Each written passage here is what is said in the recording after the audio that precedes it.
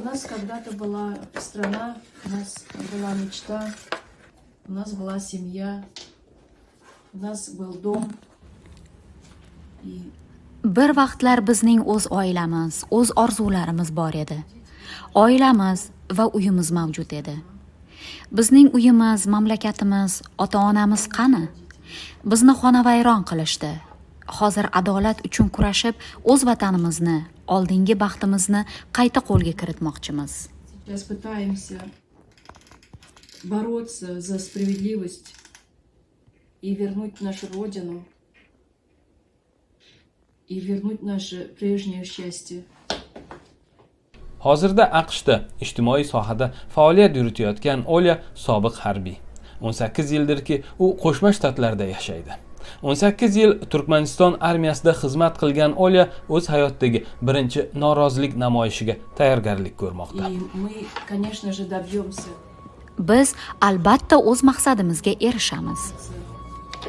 Olya va uning tarafdorlarining orzusi Turkmanistonda diktatorlik rejimidan qutulish. Ularga ko'ra 2007-yildan buyon Gurbanguli Berdimuhamedov tomonidan boshqariladigan mamlakat ahli ayniqsa so'nggi 2-3 yil ichida qattiq zulm ostida qolib ketgan.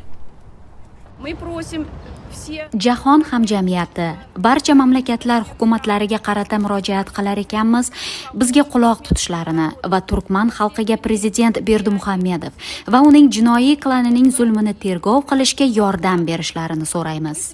Biz Berdimuhamedov iste'foga chiqishini va xalqaro kuzatuvchilar ishtirokida haqiqiy hamda shaffof saylovlar o'tkazilishini talab qilamiz. Сегодня мы проводим митинг, протест, акцию против диктаторского режима. Bugun biz Berdimuhamedovning diktatorlik rejimiga qarshi namoyishga chiqqanmiz. U noqonuniy ravishda saroy to'ntarishi orqali xalqning roziligisiz hokimiyat tepasiga kelgan edi. Hozirda uning o'zi, klani va oilasining barcha a'zolari respublikaning so'nggi tiyinigacha so'rib olyapti. Республику до копейки. bütün Türkmen milleti olup prezidentin eceti Olya va uning 20 ga yaqin yurtdoshlari yu do'stlari bu kabi talablarni Birlashgan Millatlar Tashkilotining Nyu-Yorkdagi bosh qarorgohi ro'parasida bayon etishmoqda. bağla çağatını taşlap daşari yurtlarda talavançılık ediyor. Почему мы собрались сегодня перед зданием? Bugun biz nega BMT binosi oldida yig'ildik? Gap shundaki, bu yerda bizning vakilimiz Aksaltan Atayeva ham faoliyat ko'rsatadi va u bizning xalqimiz tomonidan BMTga yuboriladigan barcha shikoyatlarni mamlakat maxsus xizmatlariga uzatib kelgan. Oqibatda ana shu shikoyatchilar qamoqxonalardan yo'qolib ketishgan. Ularning birortasini biz tirik qolganini ko'rmadik. Yevropada xavfsizlik va hamkorlik tashkiloti ma'lumotlariga ko'ra, mamlakatda 120 dan oshiq siyosiy tutqun mavjud. Ularning ahvoli borasida esa hech qanday ma'lumot yo'q. Buni qarang. Hatto Amerika kanallari uni mazax qilishgacha borishyapti. Uning ustidan butun dunyo kulmoqda. Это ведущий американский журналист. Turkmaniston SSR qulashi ortidan mustaqillikni qo'lga kiritgandan keyin muttasil, o'zgarmas prezidentlar iskanjasida qolayotgan kam sonli respublikalardan sanaladi. Berdimuhamedov avvalgi davlat rahbari Saparmurod Niyazov o'limidan so'ng amalga o'tirgach, qayta saylanib kelinayotgan ikkinchi prezident. Turkmaniston Markaziy Osiyo mintaqasidagi tabiiy resurslarga boy mamlakat. Biroq ana shu boylikdan xalq bahramand emasligidan namoyishchilar norozi. Turkmeniya является одной из самых богатых. Tasavvur qiling. Turkmaniston jahonda sobiq Sovet mamlakatlari orasida eng boy davlatlardan biri hisoblanadi. Mamlakatdagi mavjud ana shu resurslar, neft va gaz bo'lishiga qaramasdan, ana shu boyliklarga 1% odamlar, ya'ni Berdimuhamedov atrofidagi odamlargina egalik qilishmoqda. 99% aholi esa nochor va och o'tiribdi. Mamlakatimizda bolalar ochlikdan o'lmoqda. Tabiiy ofatlardan odamlar o'lyapti.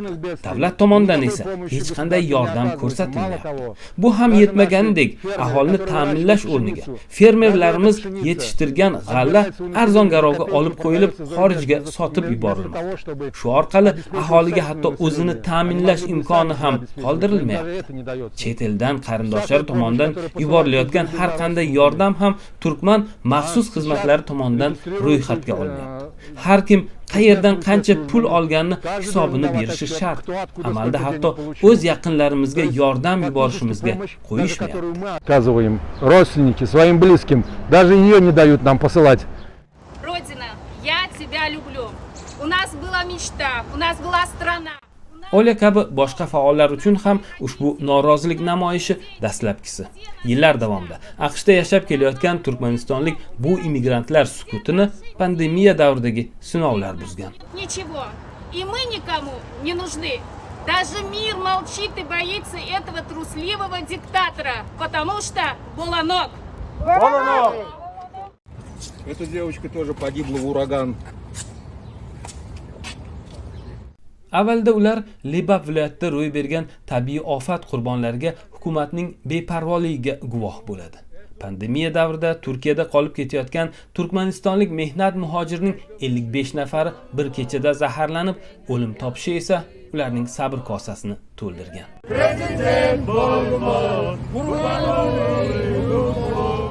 BMT oldida turkmanistonlik namoyishchilar o'z g'azablarini turli yo'llar bilan bayon qilishdi. Gurbanguli Berdimuhamedovning prezidentlikka noloyiqligini qo'shiq qilishdi.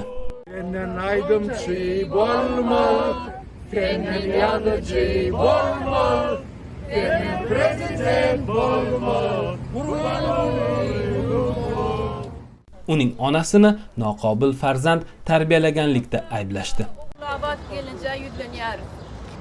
Senin oğlun bütün 5 milyon halkı ödüne düşman etti.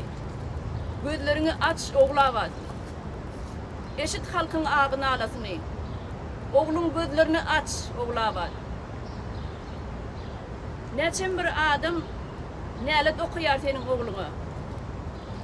Ya senin gözlerini oğlun oğurlan haram pulları kör etti mi?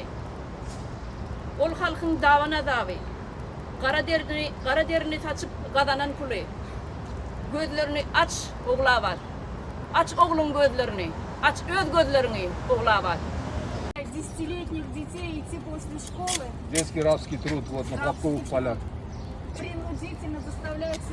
Namoyishchilarning ko'tarib chiqqan shiorlari yu ko'rgazmali transparantlari esa Turkmaniston davlat matbuoti namoyish qilayotgan mamlakatdagi baxtiyor hayotni chilparchin qilib turadi. Где народ собирается за отрубями, не за хлебом, это отруби, которые даются скоту, и то какая очередь.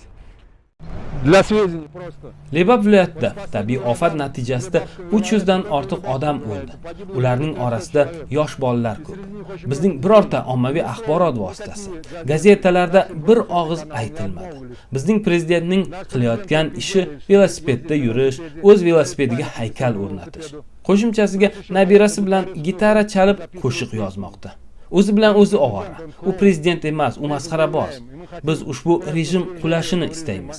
Xalq shaffof referendum va saylov o'tkazilishini talab qiladi. Saylovlar aynan xalqaro kuzatuvchilar nazorati ostida o'tkazilishi kerak. BMT binosi oldida Olya 10 kishini yig'ishga chog'langandi. Namoyishga 2 barobar ko'p odam keldi. Buning sababi unga ayon. Организация нет совершенно несложно. Дело в том, что когда человек от души занимается чем-то, ничего не может быть. Namoyishni tashkil etish qiyin bo'lmadi. Negaki inson biror ish bilan chin qalbdan shug'ullansa, u ish qiyin kechmaydi va hech narsa uni amalga oshirishingizga to'sqinlik qila olmaydi. Bu yerga kelganlarning ko'pchiligi o'zi meni qidirib topib kelgan. Bu shundan dalolatki, xalq diktatorlik rejimidan juda charchagan. Это видно, что народ уже до такой степени устал от этого диктаторского режима. Дело в том, что сейчас именно почему мы выходим на митинги, от этого есть результат. Nimaga biz aynan hozir mitinglarga chiqyapmiz? Gap shundaki, bundan natija bor. AQSh kongressida 2014-yildan buyon Turkmaniston ishini ko'rib chiqish bo'yicha so'rov yotibdi. Aynan hozir bizlar kabi butun dunyo bo'ylab o'tkazilayotgan ommaviy mitinglar tufayli kongress ushbu so'rovni ko'rib chiqishga kirishdi. Ustiga ustak, Amerika koronavirusga qarshi kurash uchun Turkmanistonga $500 million mablag' ajratgan. Ammo negadir Turkmaniston hukumatı bu pullar ajratilganini oshkor etishni istamadi. Hatto ana shu pulni olmadik deb turib olishdi. Bu hol bunday olganda AQSh kongressini taajjubga solgan. Ular buni o'z holicha qoldirib bo'lmasligini anglaganlar. Как говорится, пора с этим что-то делать. Namoyish tugagach, Olia bayroqlarni ham, transparentlarni ham ehtiyotkorlik bilan yig'ishtirib olmoqda. Ular navbatdagi namoyishlarda ishlatish uchun asqotadi. Faol biladiki, maqsadlarga erishguncha bunday namoyishlarni ular hali ko'p o'tkazishadi. И мы будем бороться до конца. Biz oxirigacha kurashamiz. O'z vatanimizni qaytarmagunimizcha. Обратно. Navbatdagi namoyishlarni turkmanistonlik faollar iyul oxirigacha va avgust oyida ham o'tkazishni mo'ljallashgan. Amerika ovozi uchun Nyu-Yorkdan Solih Yoyev. Чтобы было, что один в Галкском трибунале. Да.